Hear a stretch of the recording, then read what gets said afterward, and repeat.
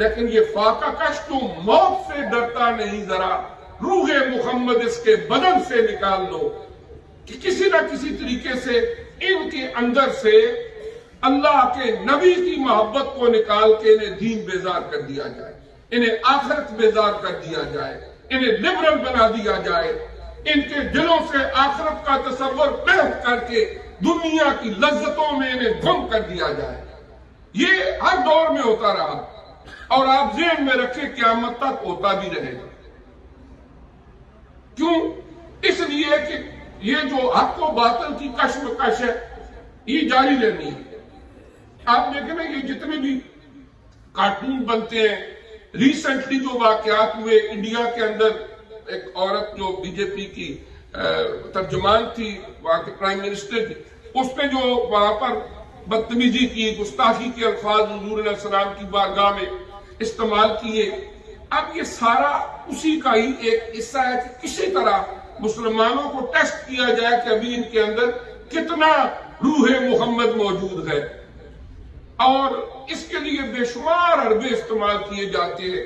हमारे मुल्कों को फंड दे के निजाम तालीम ऐसा रखा जाता है कि हमारी आने वाली नस्लें वो दीन बेजार हो जाएं, हुजूर अलैहि सलाम की मोहब्बत उनके दिल से निकल जाए, आराम हलाल की तमीज छोड़ दे, जो गुनाह जिसको हम कहते हैं, ज़ना जिसको हम कहते हैं, वो इनके कल्चर का हिस्सा बन जाए।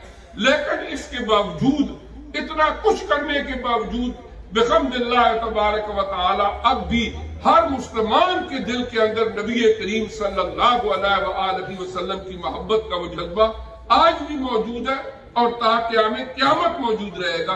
और हम ऐसी तमाम बेहुदा हरकतों की मजम्मत करते हैं।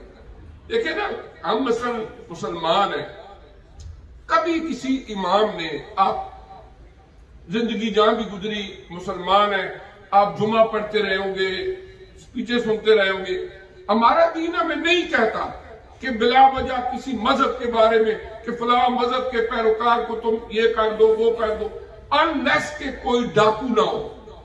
घर में डाकू आ जाए तो फिर तो एक्शन लेना पड़ता है ना। कादियानियों का थोड़ा मसला ऐसे मुख्तलिफ इसलिए है, वो कहते हैं हम मुसलमान हैं जबकि वो मुसलमान नहीं है।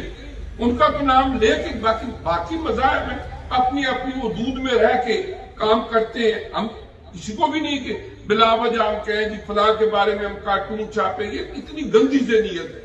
लेकिन नबी करीम सल्लल्लाहु अलैहि वसल्लम की जात के हवाले से मुख्तलिफ ममालिक के अंदर, मुख्तलिफ अदवार के अंदर ऐसी बेहुदा हरकतें लोग करते हैं जिसकी हम मजम्मत भी करते हैं। और इस सिलसिले में अल्हम्दुलिल्लाह पूरी दुनिया के अंदर मुसलमान प्रोटेस्ट भी करते हैं। और मैं समझता हूं कि करने वाले बदनीति से करते हैं, लेकिन बाज़ औक़ात इसके असरात मुस्बत निकल आते हैं।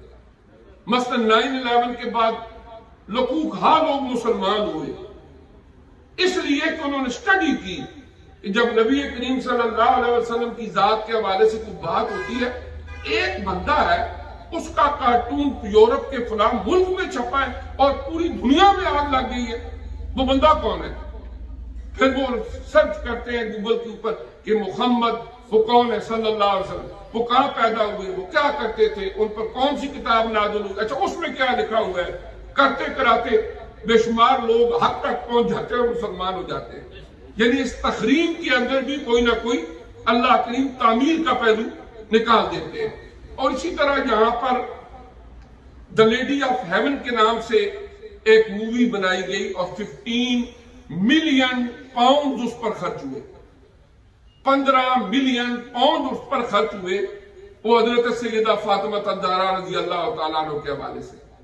और उसका मकसद क्या था कि ये मूवी जब जाएगी सिनेमाओं के अंदर लोग देखेंगे और शिया स्कूल ऑफ थॉट के लोग जो होंगे वो इसकी हमायत करेंगे और जो सुन्नी स्कूल ऑफ थॉट के होंगे वो उसकी मुखालफत। उसकी वजह हम हजरत फातिमा ज़हरा रज़ी अल्लाह तआला अन्हा के साथ सबसे बढ़ के अकीदत रखने वाले हैं, लेकिन उसमें सहाबा इकराम की इस पर्दे में तौहीन की गई। हजरत अबू बकर सिद्दीक, हजरत उमर फारूक, उस्मान गनी रज़ी अल्लाह तआला की तौहीन की गई।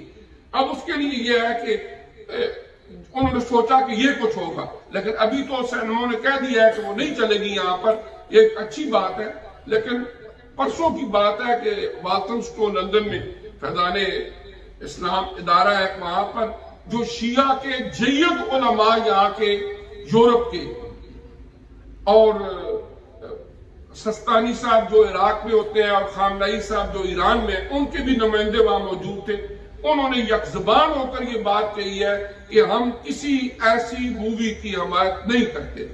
यानी जो शिया सुनी फसादात करा के उम्मत के अंदर तफरीक का एक मंसूबा बनाया जा रहा था, बिहम्दिल्लाह ताला उनका वो सारा पैसा भी जाया होगा और ये भी ना